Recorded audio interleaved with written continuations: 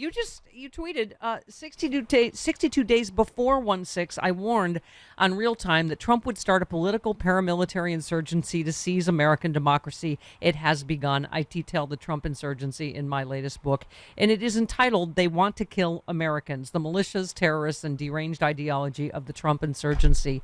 I have to get your take right away on what we saw yesterday, Malcolm. Pretty much confirming everything you just said. Well, that was crazy. I think the only tweet that I make, it's very hard for me to tweet. Yeah. We have very limited Wi-Fi, and all I can do is retweet most of the time other people's comments. But the only tweet I put out yesterday was, what the actual F? Yeah. Yeah. You know, Trump ordered the magnetometers turned off at the Capitol in order to allow people with guns in the building, knowing that. He ordered the code red. Here we are. Oh, right? Yeah. Yeah, you're dang right he ordered the code red. I mean, I was hearing, I couldn't get everything all at once. You know, I actually had to watch the recap of Ari Melber and then the special coverage. Yeah. And I thought, this is the most crazy thing.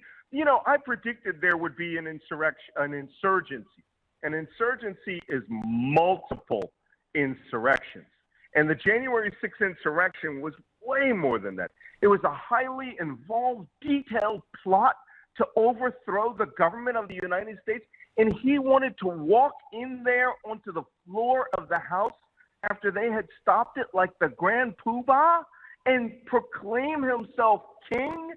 Even I couldn't have thought anything that crazy. They would be throwing that script out the door if it was a made-for-TV movie.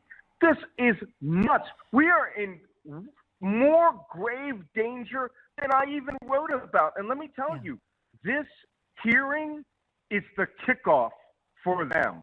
They don't believe a word of it. They have been arming. They have been preparing. They're talking openly about civil war. And, you know, that book was finished a year ago, Steffi. A year ago. And publishing being what it is, you couldn't get a print. And look at, can I say, while you've been over doing, heroes work, really, in Ukraine, look what's happened. Buffalo, all that we've learned about January 6th, what's the title of your book? They Want to Kill Americans, right? And as you write in this, or just the synopsis here, the post-2020 election urge to return to a place of normalcy, to forget, is the worst response we can have. American militiamen, terrorists, radicalized political activists are already armed in mass numbers, regularly missed in the media, principally because Trump's most loyal and violent foot soldiers benefit from the ultimate privilege of being white. And there you go. Yeah, I said this in a hearing just after January 6th. They called me to testify before Congress. And one of the things that I identified was, I said, there's a reason they were able to mass on the Capitol, get in there, start pitch lethal battles with the police using spears, American flags as spears, and Trump flags as battering rams. They were able to get close because they had the camouflage of white skin. Yeah. That was it. And they were thinking, we're not going to hurt or harm people who are like Donald Trump or ourselves.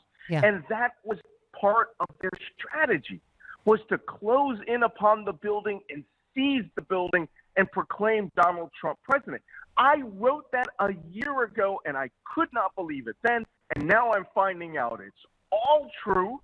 And this is why people need to buy this book this week, for the next 2 weeks before this launch, because these people are not going to take this lying down.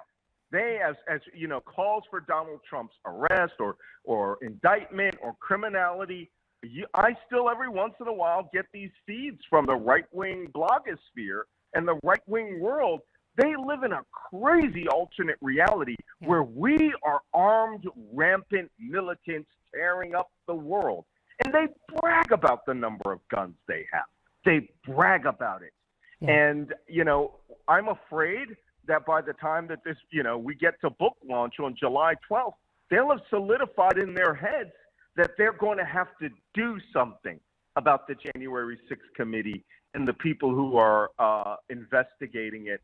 And, now that they've got their big win in the Supreme Court with Roe versus Wade, they feel empowered that this country is theirs. And, like I wrote in the book, QAnon is back with a I had written in the book, the QAnon would be the governing ideology of the Republican Party. It's mandatory that you believe that crazy stuff about pedophiles. And as you always said about January 6th, the violent white supremacist terrorist attack, just like Buffalo. Was a terrorist attack. And Uvalde was another, El Paso meets Sandy Hook. I mean, we are in, I don't even think any of us know how to, as you said, when you're flabbergasted, then we know we're in really dangerous territory. I mean, you've warned about the dangers of full-on civil war for a while now. Yeah, well, I'm literally here fighting a war, all right? For those, I'm going to finally let it out to all the losers out there and the Russian bots who keep saying that I'm in a 5-star hotel in Poland. I'm on the front, and I have a frontline job, and I carry a weapon, and, this is a battle, and we engage in battles. And then I have to go home. I hit my rack on my pallet or whatever, and I look at the freaking news from the United States, and I cannot believe it. Yeah. I cannot believe my own country is on a collision course for an internal split.